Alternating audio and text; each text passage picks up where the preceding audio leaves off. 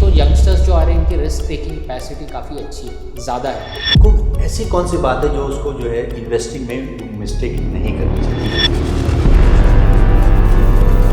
Seemed to cut my learning curve. इसमें consumption का एक बहुत बड़ा हाथ होगा। अगर आप सही तरीके से निवेश कर सकते हो, पेशेंटली रह सकते हो, तो आई विल गो विद। हम वेलकम कर रहे हैं मिस्टर निरंजन अवस्थी जी का, senior vice president Edelweiss mutual fund में, और प्रोडक्ट के अलावा बहुत सारे जो हैं चीज़ें देखते हैं एडलवाइस म्यूचुअल फंड के अंदर। आप राइटर भी हैं। मैंगो मिलियनेयर एक बहुत खूबसूरत किताब है राधिका गुप्ता जी के साथ, और जिसमें बताया गया है कि किस तरह से जो है मिलियनेयर्स को बिहेव करना चाहिए, किस तरह से वेल्थ क्रिएट कर सकते हैं। तो आज इसी कड़ी में हम दूसरी बार बात कर रहे हैं निरंजन से, और welcome sir. Thank you sir, आज जो हम बात करना चाह रहे हैं कि एक नई कैटेगरी जो है अभी आई है, और उस नई कैटेगरी को जिसको हम बोलते हैं SIF कैटेगरी और स्पेशलाइज्ड इन्वेस्टमेंट फंड्स, और एडलवाइस ने भी अपने SIF जो है प्रोडक्ट लॉन्च करें हैं।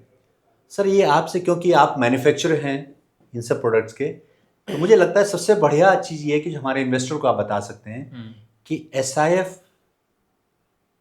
किस टाइप का प्रोडक्ट होता है, किस तरह के इन्वेस्टर उसमें पैसा लगा सकते हैं, म्यूचुअल फंड और PMS में के अलावा SIF जो है किस टाइप का प्रोडक्ट है और क्या उसमें रिस्क फैक्टर हो सकते हैं। तो SIF के बारे में कॉमन इन्वेस्टर को क्या आप जो है उनके इन्वेस्टिंग जर्नी के बारे में बता सकते हैं? शुक्रिया मुझे फिर से बुलाने के लिए और ये मौका देने के लिए कि Thank you, मैं sir. कुछ थॉट्स शेयर करूं। सो SIF एक काफ़ी इंटरेस्टिंग कैटेगरी है जो सेबी ने पिछले साल रेगुलेशंस, एडिशनल रेगुलेशंस लाकर लॉन्च किया है। इसको मैं सिंप्लीफाई तरीके से अगर बात करूं तो हम सब जानते हैं म्यूचुअल फंड्स में अलग अलग कैटेगरीज़ के म्यूचुअल फंड्स है। फ्लेक्सी कैप फंड्स है, मल्टी कैप फंड्स है, कोई डेट फंड्स है, हाइब्रिड फंड्स है। लेकिन म्यूचुअल फंड में अगर हम देखें तो फंड मैनेजर को काफ़ी रिस्ट्रिक्शंस होते हैं। हालांकि क्योंकि वो रिटेल इन्वेस्टर्स का पैसा है तो काफ़ी रेगुलेशंस भी होते हैं। जैसे लार्ज कैप में आपको 80% लार्ज कैप में ही रखना है, मल्टी कैप में आपको 25% मिड स्मॉल लार्ज में रखना है। सो अलग अलग कैटेगरीज हैं म्यूचुअल फंड्स में। वैसे ही SIF एक और कैटेगरी है विद इन म्यूचुअल फंड, क्योंकि जो म्यूचुअल फंड AMCs चलाती है उन्हीं को SIF लॉन्च करने का अलाउ किया है। तो SIF एक ऐसे ही म्यूचुअल फंड की एक दूसरी कैटेगरी है जहाँ पर आपको अलग अलग तरीके के फंड्स लॉन्च कर मिलते हैं इन्वेस्टर्स को। और उसमें क्या है, म्यूचुअल फंड से अलग क्या होगा। सो म्यूचुअल फंड्स में आप देखेंगे इक्विटी में पैसा लगता है, डेट में लगता है, लेकिन डेरिवेटिव्स में नहीं लगता है। यस। SIF में जो मेजर डिफरेंस होता है वो 3 तरीके के डिफरेंस है। एक, जो आप इक्विटी में पैसा लगाते हैं उसमें आपको अलग अलग तरीके के आप कैटेगरीज कर सकते हो। दूसरा, आप जो फंड मैनेजर है वो डेरिवेटिव्स में भी कुछ एक्सपोजर ले सकते हैं। जब मैं अभी डेरिवेटिव बोलता हूँ कुछ लोगों को लगेगा अरे बहुत ज़्यादा रिस्की है या कम रिस्की है। ऐसा नहीं है, क्योंकि डेरिवेटिव का यूज़ 2 तरीके से होता है, रिस्क कम करने के लिए और रिस्क थोड़ा सा बढ़ाने के लिए, दोनों तरीके के लिए। जनरली SIF में जो रेगुलेशंस बनाए हैं सेबी ने, उसमें आपको अलग अलग प्रोडक्ट डेरिवेटिव्स यूज़ कर कर उसका रिस्क कम कर कर आपको एक मॉडरेट रिटर्न या मॉडरेट रिस्क का प्रोडक्ट आप बना सकते हैं, शॉर्ट कर सकते हैं कुछ विद इन सर्टन बैंड। तो म्यूचुअल फंड से ये डिफरेंट है क्योंकि आप इसमें इक्विटी में पैसा लगा सकते हैं और कुछ पैसा डेरिवेटिव्स में भी लगा सकते हैं, जो कि प्रोफेशनल संभालेंगे। फंड मैनेजर्स जो म्यूचुअल फंड के होते हैं वैसे ही फंड मैनेजर्स या वही फंड मैनेजर्स भी SIF मैनेज करेंगे।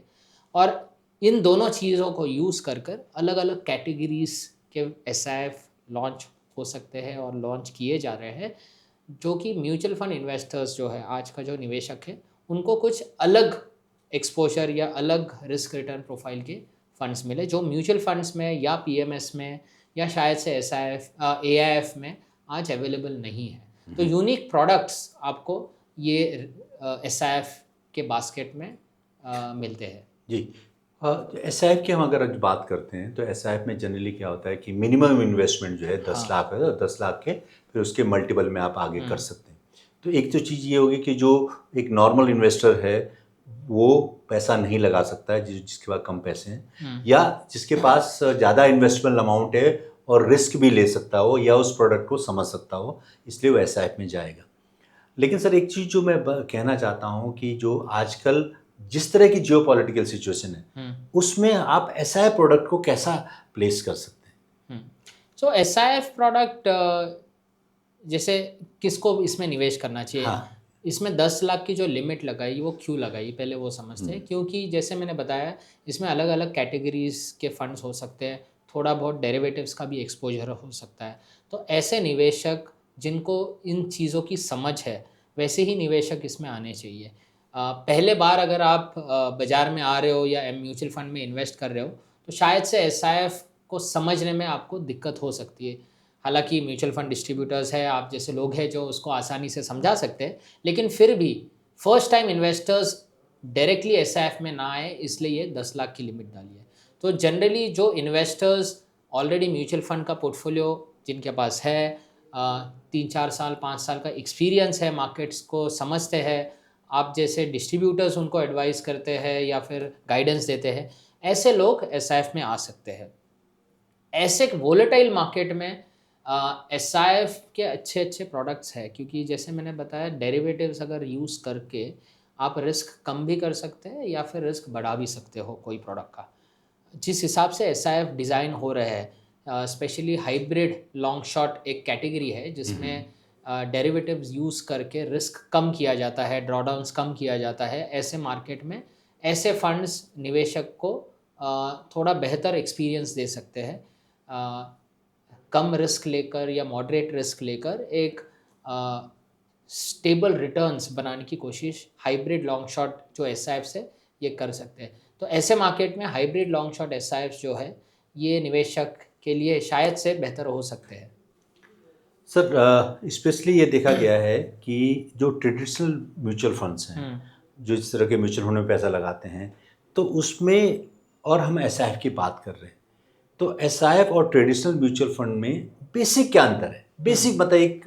जो कॉमन एक इन्वेस्टर है उसके पास पैसे तो हैं इन्वेस्ट करने के, लेकिन उसको ये समझना पड़ेगा कि मैं ट्रेडिशनल म्यूचुअल फंड में जाऊँ या एस आई एफ के थ्रू जाऊँ, तो क्यों जाए? अगर एस आई एफ में जाए तो क्यों जाए? बराबर। सो एस आई एफ में अगर आप म्यूचुअल फंड, जैसे मैंने बताया म्यूचुअल फंड में आपने flexi cap, multi cap, large cap इन प्रोडक्ट्स में पैसा ऑलरेडी लगाया है, लेकिन इसके बियॉन्ड अगर आपको ऐसा प्रोडक्ट चाहिए जैसे for instance hybrid long shot, Altiva hybrid long shot, ये एडलवाइस का एक hybrid long shot S I F है। अब इस प्रोडक्ट में हमने क्या किया है, 50-60% जो है वो आपका डेट इंस्ट्रूमेंट में पैसा लगता है। कैश फ्यूचर आर्बिट्राज यानी derivatives, low risk derivative strategies होती है 20-25-30%, और बाकी कुछ स्पेशल सिचुएशन जो ट्रेड्स आते हैं लाइक IPOs आते हैं मार्केट्स में जो कि मॉडरेट रिस्क लेकर आपको एक स्टेबल रिटर्न दे सकते हैं। इन सब को मिलाकर एक आर्बिट्राज प्लस यानी फिक्स्ड इनकम का एक सब्स्टिट्यूट वाला प्रोडक्ट हमने लॉन्च किया है, जिसमें आपका टैक्सेशन 12.5% है, क्योंकि आज अगर डेट फंड्स में आप जाते हो या FD में जाते हो तो टैक्सेशन आपको स्लैब के हिसाब से लगता है। लेकिन ऐसा प्रोडक्ट जो फिक्स्ड इनकम के आसपास वाला रिटर्न दे या उससे थोड़ा सा बेहतर दे, और रिस्क जो है फिक्स्ड इनकम से थोड़ा ही ज़्यादा हो लेकिन इक्विटी उतना रिस्क नहीं हो, ऐसा प्रोडक्ट है। अभी ये प्रोडक्ट आपको म्यूचुअल फंड में नहीं मिलेगा, या PMS में नहीं मिलता है, या तो प्योर डेट मिलेगा या फिर जो है रिस्क मिटिगेट जो है उसमें तो ऐसा प्रोडक्ट की अगर आपको नीड है, अगर आपको 2 या 3 साल के लिए पैसे लगाना है तो आप फिर SIF देख सकते हैं, क्योंकि SIF प्लेटफॉर्म पे आपको ऐसे प्रोडक्ट मिलेंगे जो म्यूचुअल फंड में पॉसिबल ही नहीं है, अवेलेबल नहीं है। सर फॉर इंस्टेंस कोई इन्वेस्टर है तो वो अगर ये चाहता है कि मुझे मैं म्यूचुअल फंड में जाऊं या मैं SIF में जा रहा हूँ, तो क्या अगर उसका होराइजन 7 to 10 years है, so which will be the best product for him, either the mutual fund और SIF, दोनों में कौन सा बेटर रहेगा return wise and risk adjusted return wise? So ये आपने अच्छी चीज़ पूछी, रिस्क एडजस्टेड। सो अभी एक होता है कि एब्सोल्यूट रिटर्न वाइज कौन सा बेहतर प्रोडक्ट हो सकता है, या फिर रिस्क एडजस्टेड बेसिस पे। जैसे हम पोर्टफोलियो जब बनाते हैं 2-3 प्रोडक्ट अलग अलग मिक्स करते हैं ताकि पोर्टफोलियो लेवल पे थोड़ा डाइवर्सिफाई हो। तो अगर एक निवेशक है जिसको 7-8 साल के लिए पैसा डालना है और एब्सोल्यूट रिटर्न अच्छा बनाना है, तो म्यूचुअल फंड में मिड कैप और स्मॉल कैप प्रोडक्ट्स है। लेकिन अगर उसको एक रिस्क एडजस्टेड रिटर्न्स बनाना है, ज़्यादा रिस्क नहीं लेना है, तो फिर हाइब्रिड लॉन्ग शॉट एसआईएफ जो है हमारा, या फिर बाकी जो प्रोडक्ट्स है एसआईएफ कैटेगरी में हाइब्रिड, वो वहाँ पर आ सकता है। दूसरे और भी प्रोडक्ट्स है, जैसे अभी हम एक नया प्रोडक्ट लॉन्च कर रहे हैं जिसका एनएफओ चल रहा है, विच इज एक्स टॉप 100। ये एक मिड कैप और स्मॉल कैप स्ट्रेटेजी है। अभी म्यूचुअल फंड में इधर आपको मिड कैप मिलता है या स्मॉल कैप मिलता है, लेकिन स्मॉल और मिड आपको एक साथ नहीं मिलता है। तो अगर निवेशक का ऑब्जेक्टिव है कि मुझे एक ही फंड में स्मॉल और मिड दोनों मिले, तो फिर एसआईएफ में आ सकता है। तो प्रोडक्ट्स अलग अलग है, इन्वेस्टर का जो ऑब्जेक्टिव है वो क्या है, उस हिसाब से वो चूज़ करना चाहिए। अगर उनके चॉइस, अगर उनको प्योर मिड कैप में डालना है और म्यूचुअल फंड में अवेलेबल है तो वो बेहतर है। अगर मिड और स्मॉल चाहिए और जो एसआईएफ में अवेलेबल है तो वो बेहतर है। शॉर्ट टर्म के लिए इन्वेस्टमेंट करना है, जैसे हमने पहला प्रोडक्ट हाइब्रिड लॉन्ग शॉट की बात की, वो म्यूचुअल फंड में अवेलेबल नहीं है, लेकिन ऑब्जेक्टिव है कि 2-3 साल करना है, ज़्यादा रिस्क नहीं लेना है, तो फिर वहाँ पर है। तो ऑब्जेक्टिव के हिसाब से जाए, ना कि म्यूचुअल फंड या एसआईएफ इसको पहले से ना डिसाइड करें। आपको एसआईएफ सिर्फ ऐसे देखना है कि और 2-3 अलग कैटेगरीज है with in mutual fund basket जो आपको थोड़े यूनिक ऑफरिंग्स देती है। अगर आपका ऑब्जेक्टिव उसके आसपास है तो आप उसमें जा सकते हैं, क्योंकि एक्चुअली प्लेटफॉर्म सेम है, दोनों का टैक्सेशन सेम है, जो भी डिस्क्लोजर नॉर्म्स है, रेगुलेशंस जो म्यूचुअल फंड के हैं वही रेगुलेशंस एसआईएफ में ही। सर क्योंकि आप म्यूचुअल फंड इंडस्ट्री से हैं और आपका जो फंड हाउस है Edelweiss mutual fund, one of the finest research fund house, और उनका अपना एक ट्रैक रिकॉर्ड है और उनके प्रोडक्ट भी यूनिक हैं। तो इन सब के बावजूद, क्योंकि आप इसी फंड हाउस में काम करते हैं और आपका एक्सपोजर बहुत लंबा है इस इंडस्ट्री का, कुछ चीज़ें आपसे जो है पूछना चाह रहे हैं कि आपको आने वाले 5-6 साल में कौन सा सेक्टर आपको लगता है कि जो बहुत अच्छा मतलब एक रिटर्न जनरेट करके देगा, जहाँ पे वेल्थ क्रिएट कर सकते हैं, एक या दो, ये दो से ज़्यादा भी हो सकते हैं। मुझे पर्सनली एक सेक्टर काफ़ी अच्छा लगता है, वो है कंजम्पशन। और इसका कारण, सबसे मूल कारण जो है वो है कि इंडिया की जो आबादी है ये उसका सबसे बड़ी धरोहर है, क्योंकि 140 करोड़ लोग जिनकी इनकम लेवल बढ़ रही है सालों साल, तो डेफिनेटली कंजम्पशन जो है वो बढ़ते रहेगा, पैटर्न चेंज होगा। और इंडिया को हम डोमेस्टिक ड्रिवन इकोनॉमी कहते हैं, क्योंकि ग्लोबली हालांकि काफ़ी सारी कंपनीज़ है जो ग्लोबल बिजनेस भी करती है, लेकिन ज़्यादातर कंपनीज़ जो है स्टॉक मार्केट में इंडिया में ये लोकल और डोमेस्टिक ड्रिवन बिजनेसेस करती है। तो इनका जो भी कंजम्पशन बढ़ेगा, इनका इम्पैक्ट इन स्टॉक मार्केट के जो कंपनीज़ है इन पे होगा। और कंजम्पशन जो थीम है, मुझे लगता है कि अगर हम विकसित भारत की बात करते हैं 2047 में, India will be probably 10 trillion, 15 trillion, 20 trillion economy. इसमें कंजम्पशन का एक बहुत बड़ा हाथ होगा। अगर हम हमारी जीडीपी भी देखें तो रफली 60% जो जीडीपी है वो कंजम्पशन ड्रिवन है। तो इसीलिए मुझे, अगर आप एक सेक्टर पूछना चाहोगे तो कंजम्पशन, ये सेक्टर मुझे काफ़ी अच्छा लगता है। तो एक के अलावा 2-3 अगर आपको और भी सेक्टर लगते हैं उसके नीचे दूसरा अगर बोलेंगे आज के तारीख पे, तो फाइनेंशियल सर्विसेज एक बड़ा सेक्टर है, क्योंकि इसको बैकबोन कहा जाता है। कोई भी इकोनॉमी जो ग्रो हो रही है तेज़ी से, उसमें फाइनेंशियल सेक्टर का काफ़ी इंपॉर्टेंट रोल होता है। और फाइनेंशियल सर्विसेज इंडिया में जो है आज के तारीख में सिर्फ बैंक्स या एनबीएफसी नहीं है, यहाँ पर एएमसीज के स्टॉक्स लिस्ट हो रहे हैं, ब्रोकिंग प्लेटफॉर्म्स है, मार्केट इंफ्रास्ट्रक्चर कंपनीज यानी एक्सचेंजेस है। तो ये काफ़ी एक बड़ा सेक्टर है, डाइवर्सिफाइड सेक्टर है और हर चीज़ से जुड़ा हुआ है। जब जैसे मैंने बोला कंजम्पशन, तो अगर कंजम्पशन अच्छा करेगा तो उसके लिए फाइनेंशियल सर्विसेज का जो कंट्रीब्यूशन है वो सबसे इम्पॉर्टेंट है। अगर ओवरऑल जीडीपी अच्छी कर रही है, इंडस्ट्रीज अच्छी कर रही है, वहाँ पर भी बैंक्स या बाकी फाइनेंशियल सर्विसेज का काफ़ी कंट्रीब्यूशन होगा। तो दो सेक्टर मुझे पर्सनली लगते हैं, कंजम्पशन और फाइनेंशियल सर्विसेज, जो स्ट्रक्चरली इंडिया में अगले 5 से 10 साल में अच्छा कर सकते हैं। सर एक छोटी सी बात जो कि हम लोग नहीं समझते हैं, और एक जो इंडियन इन्वेस्टर है वो को ऐसी कौन सी बात है जो उसको जो है इन्वेस्टिंग में मिस्टेक नहीं करनी चाहिए? One, mistake he should not do while investing. सो वैसे तो काफ़ी सारे मैं खुद भी करता हूँ, हम सब करते हैं, क्योंकि end of the day human behaviour same होता है। लेकिन ज़्यादातर मैंने देखा है या ऑब्जर्व किया है कि जो पास्ट विनर्स है उस पे लोग बहुत ज़्यादा विश्वास रखते हैं और उसमें इन्वेस्ट करते हैं। तो वो ना करें। अगर जो फोमो होता है वो अगर हम काबू में रखें तो हमारी इन्वेस्टिंग जर्नी जो है वो काफ़ी अच्छी हो सकती है। So don't keep painting on past winners, because जैसे म्यूचुअल फंड डिस्क्लेमर में हम कहते हैं past performance is not sustainable, Sustainable in future, it yes. Is not guaranteed thing that it will keep performing in future.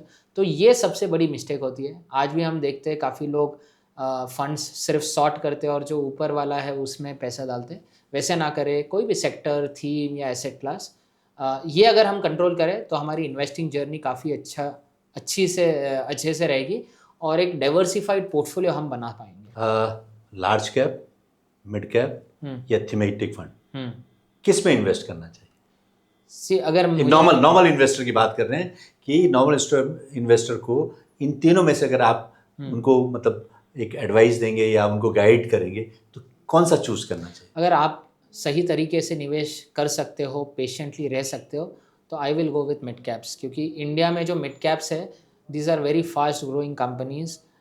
काफ़ी large companies mid cap segment में है आज। मैं जस्ट डेटा देख रहा था तो one of the oldest stock exchange in India is still a mid cap. One of the largest hotel chains in India is a mid-cap company. One of the largest quick service restaurant chain is a mid-cap. So आपको काफ़ी unique और अच्छे companies mid-cap segment में मिलते हैं। So if you want to grow with India and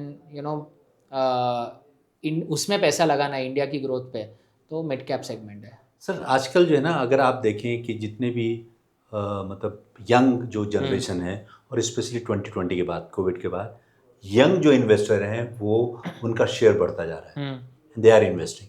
तो एक कोई ऐसी आपकी राय या एडवाइस या गाइडेंस कि वो जो है they should while investing they should always keep in mind? So I think for them दो चीज़ है। एक तो यंगस्टर्स जो आ रहे हैं इनकी रिस्क टेकिंग कैपेसिटी काफ़ी अच्छी है, ज़्यादा है। क्योंकि मुझे पता है जब मैं 20-25 साल का था तो मेरी रिस्क टेकिंग कैपेसिटी बहुत कम थी। India has evolved, income levels have gone up, they have born with silver spoon, golden spoon. तो इनकी रिस्क टेकिंग कैपेसिटी ज़्यादा है, डिपेंडेंसी नहीं है ज़्यादा। But at the same time when they are investing and taking that risk, I think so दो चीज़ का ध्यान रखना है इनको कि गाइडेंस से इन्वेस्ट करें while they believe in DIY and all this thing. लेकिन गाइडेंस बहुत इंपॉर्टेंट है अगर आपको लंबे रेस का घोड़ा होना है, और स्पेशली इन इन्वेस्टिंग। और second is they have to be patient enough, क्योंकि investing is like painting a wall and just looking at it for years and years, तभी वो so patience is very very important. So ये दो चीज़ पे ध्यान देना चाहिए यंगस्टर्स को जब वो इक्विटी मार्केट्स में या कोई भी इन्वेस्टमेंट करते हैं। Thank you very much Narendra sir. और आपने एक तो बात सबसे बड़ी बात करी कि रिसर्च करें, पास्ट परफॉर्मेंस को ना देखें, और आपके जो है प्रॉपर तरीके से इन्वेस्टिंग करें, पेशेंस होना चाहिए, और आप कोई भी प्रोडक्ट चूज़ करना है तो रिस्क के हिसाब से करें। देखो रिस्क भी उसमें बहुत बड़ा फैक्टर होता है। तो और किस कैटेगरी में अगर आपको वेल्थ क्रिएट करनी है तो किस कैटेगरी में आप अपना एलोकेशन बढ़ा सकते हैं। Thank you very much. और really is very interesting to know that आपने बहुत सिंपल वर्ड में हमारे जो इन्वेस्टर्स हैं उनको जो है इतना बढ़िया एडवाइस करी है कि अगली बार जब आप देहरादून आएंगे तो हम कुछ और बातें करेंगे आपसे, सो दैट हमारे जितने भी इन्वेस्टर हैं उनको एक अच्छी गाइडेंस एडवाइस मिल सके। जरूर, धन्यवाद। Thank you sir. Mutual fund investments are subject to market risks. Read all scheme related documents carefully.